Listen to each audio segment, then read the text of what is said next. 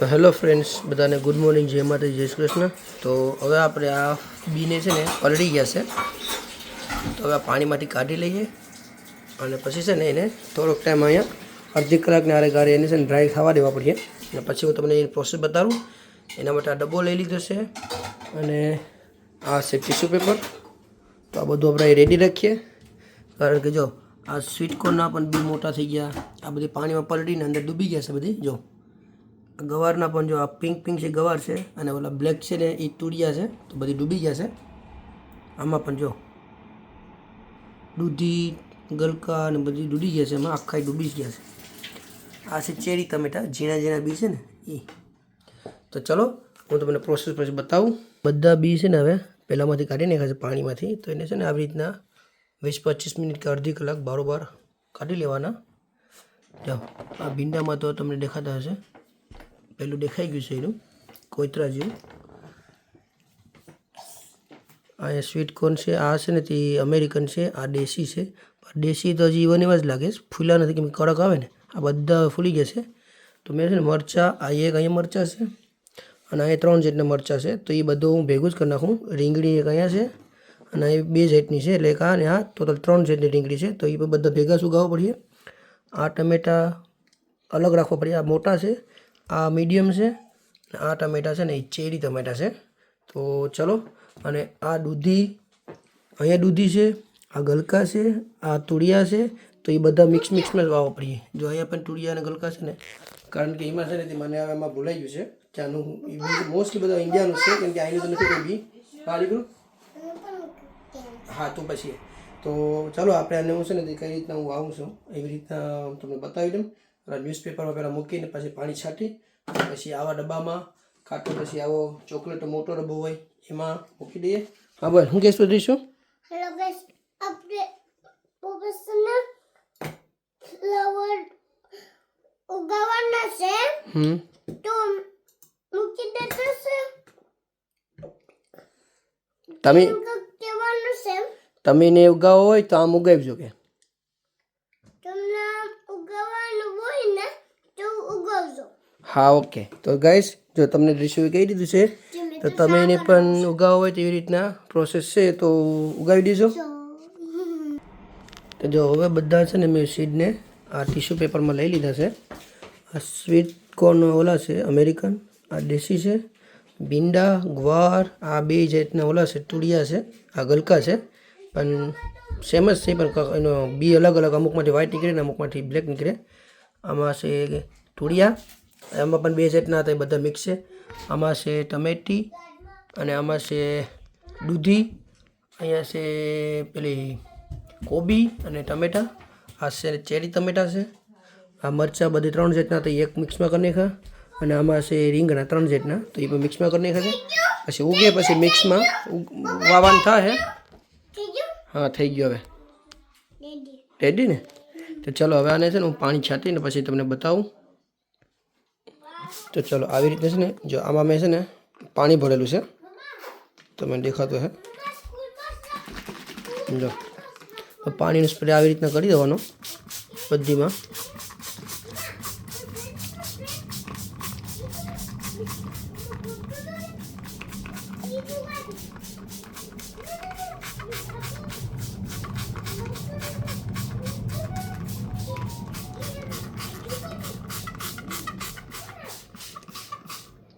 Okay, બધામાં પાણી છટાઈ ગયું છે. જો ન્યૂઝપેપર છે ને, આ ન્યૂઝપેપર હું ટીશ્યુ પેપર ભીંજાઈ ગયું છે.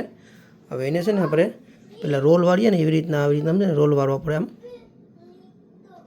આવી રીતના.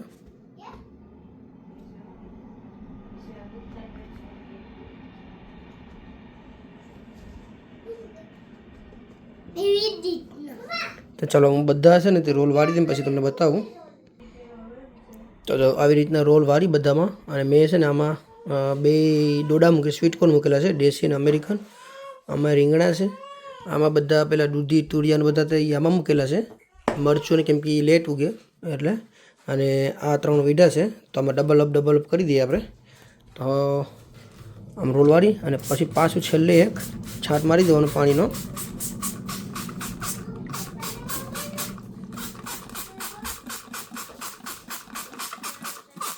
બહુ જાજુ નહીં, ખાલી આમ એને ઓલા ન્યૂઝપેપર ટીશ્યુ પેપર ભીંજાવો જોઈએ. ચલો હવે આ બધા છે ને જેટલા બરાબર છે હું ડબલ અપ કરી દઉં ને પછી તમને બતાવું. અને પછી આવી રીતના છે ને ડબ્બામાં મૂકી અને ઢાંકણા મારી દેવાના. તો આનું ઢાંકણું આ છે, આનું ઢાંકણું આપણે એક ગોટી લઈએ. તો ચલો હવે છે ને આપણે ઢાંકણા બંધ કરીને રેડી છે. તો હવે એને મૂકી દઈએ ગરમ જગ્યા હોય ને ત્યાં.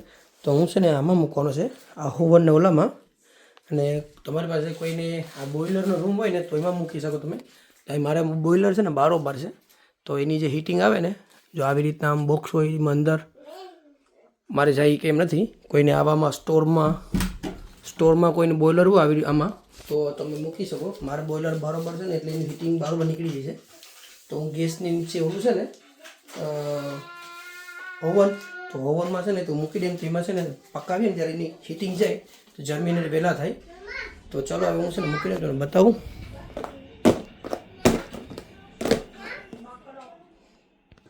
તો ચાલો મૂકી દઈએ. આ ઓવન છે ને સાફ કરવાનું બાકી હતું મારે, ક્લીન કરવાનું. કારણ કે આમાં છે ને તેલ ઢોળાણું હતું ને તો વ્હાઈટ દવા મેં સાઈટી હતી તો ક્લીન કરી નાખ્યું છે. બધા ડબ્બા મૂકી દઈએ આપણામાં ગોઠવીને.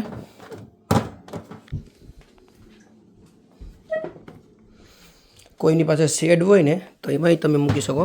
એમાં હીટિંગ જોઈએ તો તમારે હીટર મૂકવું હોય તો એ હાલે. પછી આ જાને છે ને તો એ જર્મિનેટ થઈ જાય ને પછી હું તમને બતાવવા. આને છે ને 2 દિવસ પછી જોવા પડીએ, જોતા રહેવાના.